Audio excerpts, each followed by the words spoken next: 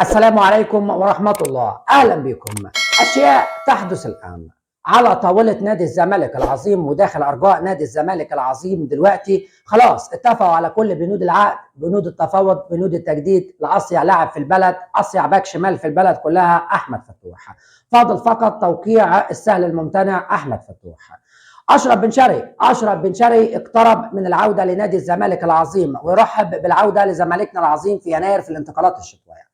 مش كده كمان وبس، لا ده طارق حامد المحارب، اقتربت عودة المحارب طارق حامد للزمالك العظيم في شهر يناير كمان بنسبة 100%. الزمالك بيفنش مع عمر كمال عبد واحد في الانتقالات الشتوية في يناير. ومش كده كمان وبس، محمد شكري لاعب الباك الشمال لسيراميكا دخل ضمن حسابات مستر اوسيريو في الانتقالات الشتوية. طب كل ده ازاي وفي ايقاف قيد لنادي الزمالك يا باشا؟ مع وجود مجلس إدارة محترم بيشتغل بدون طبل وبدون زمر، طبيعي إن كل المشاكل تتحل، وبنسبة 100% خلاص المشكلة اتحلت. لإيقاف قيد نادي الزمالك اترفع خلاص ومفيش إيقاف قيد، والإعلان رسميا قبل فترة الانتقالات في يناير بمشيئة الله. عموما إن شاء الله الزمالك للأمام وفي تطور كبير الفترات الجاية بالود والاحترام المتبادل بين كل الاطراف، سواء النادي الاهلي العظيم او مجلس اتحاد كره القدم او وزير الرياضه كمان. ان شاء الله الزمالك في تطور كبير الفترات الجايه. اوسيريو سكواد ضعيف للغايه، اوسيريو مظلوم مع الزمالك. مع وجود 4 أو 5 أو 6 صفقات سوبر في يناير هتشوف منظومه اوسيريو الهجوميه اللي هي قادره اساسا انها تعور اي خصم، وبالذات عن طريق ارسال العرضيات.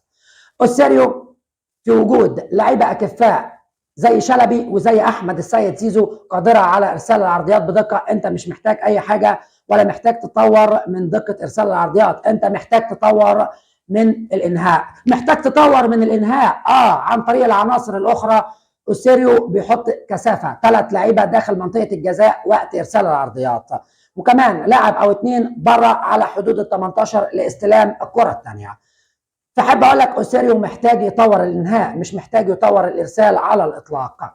وكمان مع وجود لعيبه اكفاء زي زيزو وزي شلبي مع كمان اوباما، الزمالك قادر ان هو يأذي اي خصم، واي خصم قادر ان هو يتعرض لتهديد حقيقي لا محاله. مش كده كمان وبس، خطر متوقع الحدوث بنسبه 100%.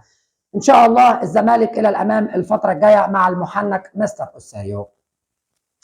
منتخب مصر خلاص كاس عالم 2026 بدايه التصفيات 16 نوفمبر بمشيئه الله في جيبوتي ان شاء الله من 13 ل 19 فتره معسكر المنتخب المصري. يوم 16 نوفمبر في استاد القاهره اول ماتش امام جيبوتي من تصفيات 2026 بمشيئه الله. ان شاء الله المنتخب ياخدها خطوه خطوه، لان الموضوع اصبح سهل للغايه في صعود 9 مقاعد ونص كمان. عموما النادي الاهلي العظيم 10 ايام فقط تفصل الاهلي عن 4 مليون دولار. تقول لي ازاي 10 ايام؟ 10 ايام، هو الاهلي ناقص فلوس؟ عموما 10 ايام فقط تفصل الاهلي عن 4 مليون دولار بعد التعادل 1-1 امام سيمبا وصعود النادي الاهلي للسيمي فاينال دوري السوبر الافريقي.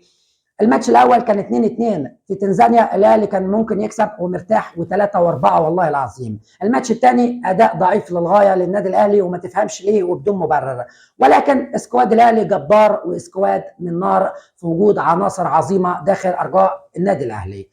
احب اقول لك ان تعودنا خلاص الفترات الاخيره ان احنا نشوف ماتش ضرب نار بين الاهلي وصن داونز. صن داونز المتاهل للسيمي فاينال بعد هزيمه بيترو اتلتيكو 0-0 2-0 للصن داونز. خلاص ماتش ضرب نار اتعودنا عليه. 29 اكتوبر الساعه 3 عصرا في جنوب افريقيا، و1 نوفمبر الاربعاء في استاد القاهره بمشيئه الله. اداره الحكم البنيني لذهاب نصف نهائي دوري السوبر الافريقي بين الاهلي وصن داونز. صاحب المركز الاول النادي الاهلي بالتوفيق بمشيئه الله 4 مليون دولار. المركز الثاني الوداد بنسبه تفوق 90% هيبقى 2 مليون 800. الفرق اللي صعدت لسيمي فاينال 1,700,000، والفرق اللي اشتركت في البطوله مليون دولار. الاهلي خلاص بنسبه تفوق 100% من وجهه نظر الشخصيه. صحيح اول ماتش اول مره تنظم البطوله دوري السوبر الافريقي، والاهلي ماتش واحد وصعد لسيمي فاينال. احب اقول لك ان انت هتشوف الاهلي والله العظيم بصوره مختلفه تماما امام صن داونز. الاهلي اسكواده جبار، طريقه لعب كولر فوق الخيال، طريقه لعب كولر وتجمعه في الناحيه الشمال عن طريق علول والشحات وهيبقى معاهم امام، وان هو بيخترق لما بيعمل تحول عكسي الناحيه الثانيه لبيرسي التاو بيعدي بشياكه. احب اقول لك ان الاهلي والله العظيم في وجود رضا سليم وامام عاشور وديانج وكهربا، الاهلي بنسبه تفوق ال 100% في فاينل اول بطوله منظمه من دوري السوبر الافريقي بمشيئه الله. دمتم في امان الله، وما تنسوش اللايك والاشتراك في القناه وتفعيل زر الجرس حبايب قلبي ان عجبك الفيديو. في امان الله حبيب قلبي.